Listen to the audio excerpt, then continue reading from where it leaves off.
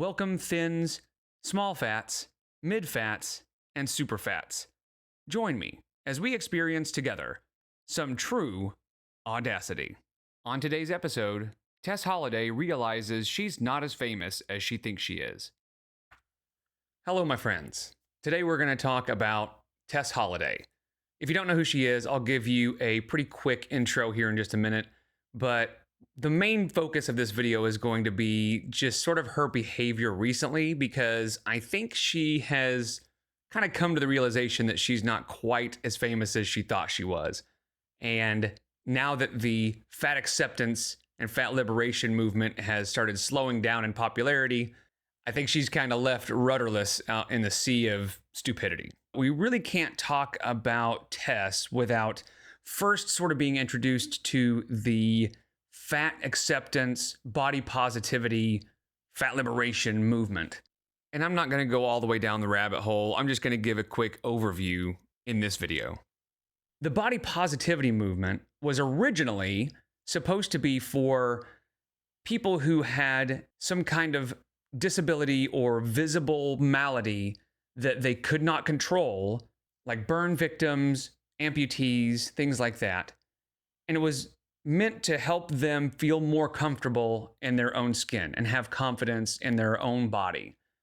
Over time, it slowly started being hijacked by people who were overweight and obese, and it became the more acceptable version or the acceptable term for the fat liberation movement. And now, if you talk about body positivity on social media, it is almost exclusively about obesity and people just being okay living in a larger body.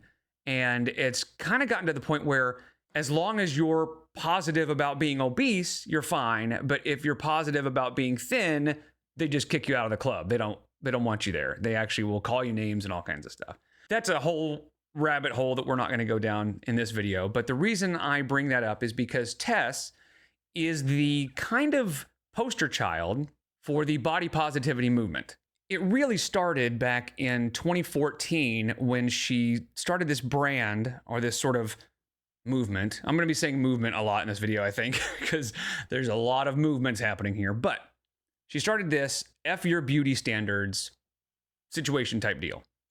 And it was to combat or challenge the idea of the thin, white, generally attractive beauty standards that we have. And I think the intention was good back then. And it was pretty smart. It caught on pretty well, and she gained a lot of traction. I don't know that she knew it was going to turn into what it is today, and I don't know that that would have stopped her, because we'll find out here in a little bit, she is not really driven by actual like equality or altruism. She's driven by something a little more tangible, if you know what I mean. But this is where it started, and it gained her some traction, so much so that she became the first morbidly obese woman to be on the front of a major magazine. And it was Cosmopolitan, and it was in 2018. That gave her a platform at that point. She started gaining ground and getting attention and becoming very popular. And at the time, companies were thinking, hey, this body positivity, fat acceptance sort of movement was gaining traction. So they thought maybe this is a lucrative thing. Maybe we can make a bunch of money by pandering basically to obese people, by putting them in our magazines and showing that we are inclusive to all body types. And it worked for a little bit, but it started dying down. You know, the idea was good to be inclusive, but the obese demographic is not large enough, pun intended, to sacrifice the general public. Most people don't want to open a magazine and see obese people, and they started realizing that pretty quickly, so they really kind of stopped this push to include obese people, like morbidly obese people. Now, one thing that has sort of stuck a little bit more is plus size models, right? You see in a lot of magazines, you see a little bit bigger bodies and stuff like that, but they were really pushing for like this type of body to be featured a lot more and I say they, I mean the body positivity movement, was trying to get stuff like this to happen more often. So when the attention started drying up and she wasn't quite as famous as she thought she might be, in my opinion, I think she started trying to figure out, how can I stay in the news? How can I make sure that I keep getting attention? And so chances are, if you know Tess Holliday, you know her because of this. Model Tess Holliday revealing her battle with anorexia. With eating disorders on the rise during the pandemic, Kana Whitworth spoke exclusively to Holliday about her struggle and what she wants others to know. I always thought that I overate. But then people in my life would say, oh yeah, I eat more than Tess. And it was almost like I wore it as a badge of honor. Known for loving and celebrating her curves as a body positive activist, Holliday has been receiving support for her honesty from many, but also being questioned by some online about how she could love her body and also have an eating disorder. I've had a lot of messages from folks that are anorexic that are livid and angry because they feel like I'm lying. I am plus size, but advocating for diversity in larger bodies. And so I think for people hearing me say I'm anorexic was really jarring. So yeah, she claimed that she had a restrictive ED. So the more you listen to Tess speak, the less sincere she sounds, right? It becomes very clear that she is just full of shit. Honestly, she's very arrogant and narcissistic sounding to me, and kind of delusional. So after she started talking about her restrictive ED, she started going around to all the talk shows, and it was clear that this was just for attention. But then she said this. And when I reached out to her, I thought that I was overeating. I thought that I was binge eating. I thought that it was everything but what she said. And about 5 months into our sessions, she said, I can't diagnose you properly, but if I could, I would diagnose you as anorexia nervosa. I can't diagnose you properly, but if I could, I would diagnose you with a restrictive ED. So it was just, there was no credibility. And obviously, this person does not have a restrictive ED. And in case you were wondering, when she says anorexia nervosa, like maybe that's some kind of special different kind, she's claiming that it is an atypical anorexia, but it is still just anorexia. It's still a restrictive ED that she's claiming to have. And it's stupid for her to even think people would believe that. That is Tess Holliday. That's what she does, is she just wants attention so bad that she will do about anything. She basically tries to make everything she does seem altruistic and some kind of activism, right? Whether it's claiming that she has a restrictive ED or advocating for people in larger bodies or obese people. But really, she's just an influencer who wants attention, and she doesn't want to lose what little celebrity status she feels like she has. To me, it feels like Tess just really, really, really wants to be a celebrity. And I don't mean that she wants to become a celebrity. She wants to be treated as a celebrity now. You know, she thinks she is a celebrity. And I will get to proof of that here in just a minute. But before we get to the more recent, awesome, funny stuff. So she claimed to have a restrictive ED. All the while, during that time, she was posting stuff like this on TikTok. I'ma do what I like. I'ma eat what I like. I'ma kiss who I like. Didn't do my skincare till 3 p.m. today. Veggie pizza from my favorite local place on Valentine's plate. So before I say anything about this, what I'm about to say, I want to make sure that you guys know I don't care if people use filters. It doesn't make me a bit of difference. I'm not real happy when people lie about it. But what I do have a problem with is hypocrites. And this person, Tess Holliday, who is an advocate for larger bodies and people being comfortable in their body to the point of actually calling people who lose weight fat phobic. I want you to pay attention to her face in this video. So this is on the TikTok channel of the person to the left. This is not on Tess's TikTok page. So it's not filtered. So just pay attention to Tess's face in this video. I don't know this song.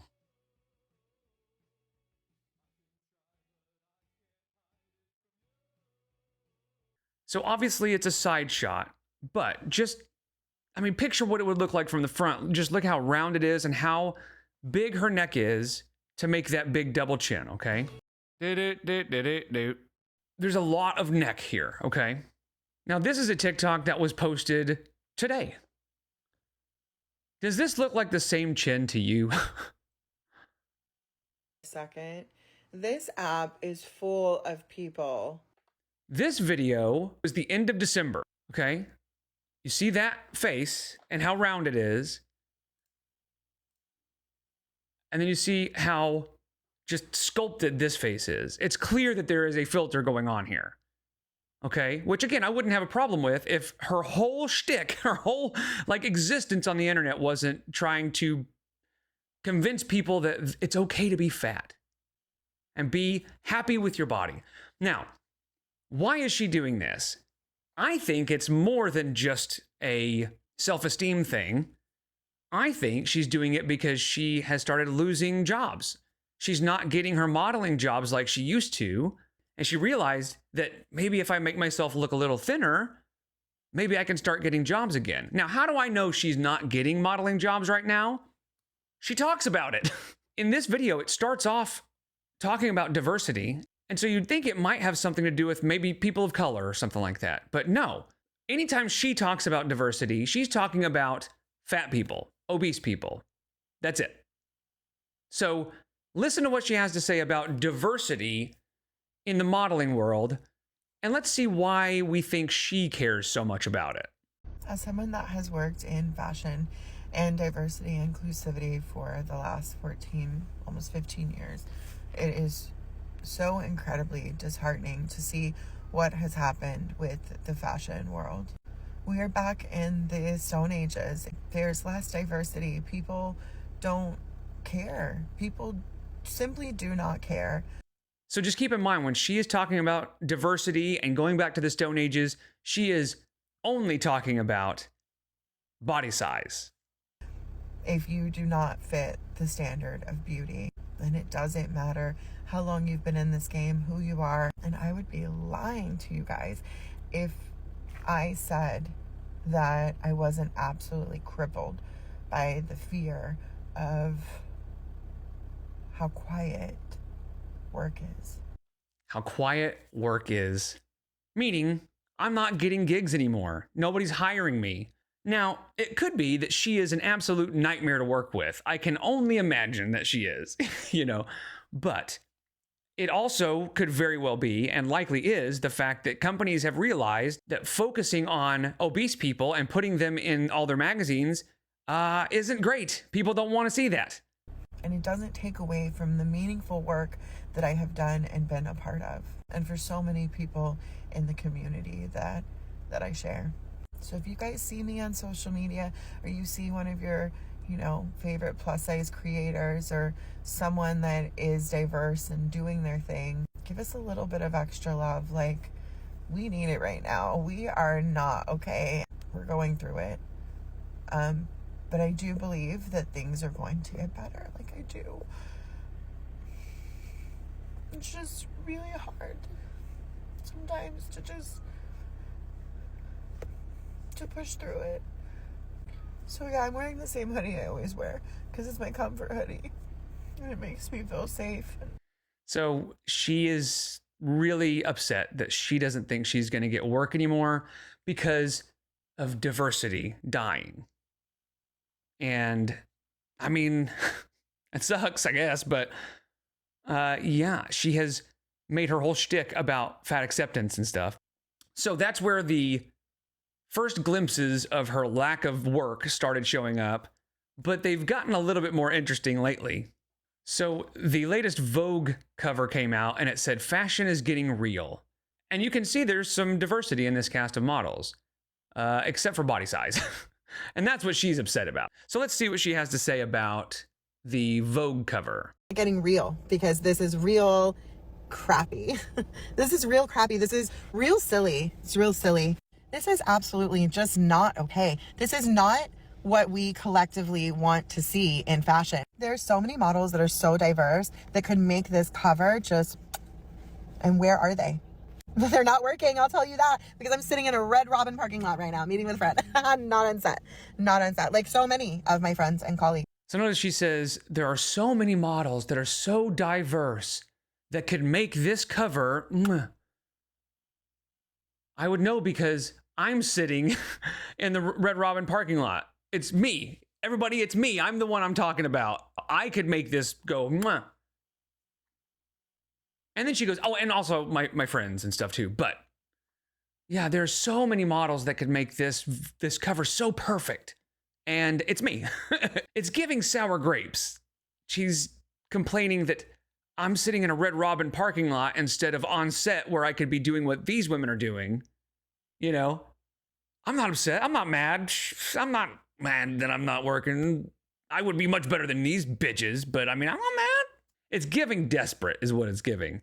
But if you thought her delusions of grandeur or sour grapes couldn't get any crazier, I invite you to watch the Piece de Resistance. This is in no way like directing hate to this person, but this has been making me giggle for like quite some time, and I have to make a video about it. I was scrolling through TikTok and I saw like this original, post was this girl saying like she was like mortified because she asked for a photo with Olivia Rodrigo and Olivia Rodrigo was no, and she was embarrassed. And I commented just being like, oh my God, that's like one of my favorite parts about my job, like taking photos with people. And the amount of people that are like, who are you? Who are you? Like, they're like, you're not famous like Olivia Rodrigo. Pick me. So I don't know about you, but it's giving, I promise I'm famous, you guys. Somebody says, who are you? And she's like, this person says, who are you? I had to giggle. You guys, I had to giggle so much because people were saying, I don't know who you are. Because I love taking pictures too, like Olivia Rodrigo. I like taking pictures with my fans. I have fans that keep saying, who are you? Who are you? I just have to giggle, because it's so funny that they don't know who I am. It's giving desperation. I just don't think she's coping well with losing her status that she felt like she had, So anyway, I just thought this was funny. And there's a lot more about Tess that we could talk about, but the fat acceptance movement in general is crazy. And the funny thing is she will claim to not be part of the fat acceptance, health at every size stuff, but she is absolutely and admittedly a part of the body positivity movement, which again sounds great, but it has been hijacked by the fat acceptance people. So it really just means fat acceptance or fat liberation at this point. They're kind of synonymous. So anyway, I just thought this was funny and worth talking about.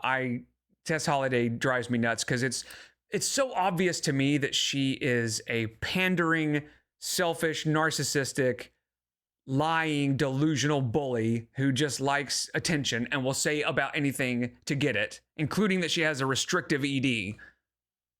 But she has a lot of people that like her, So it sounds like somebody else I know. I don't know. Anyway, I appreciate you guys. I'll see you in the next one. Take care.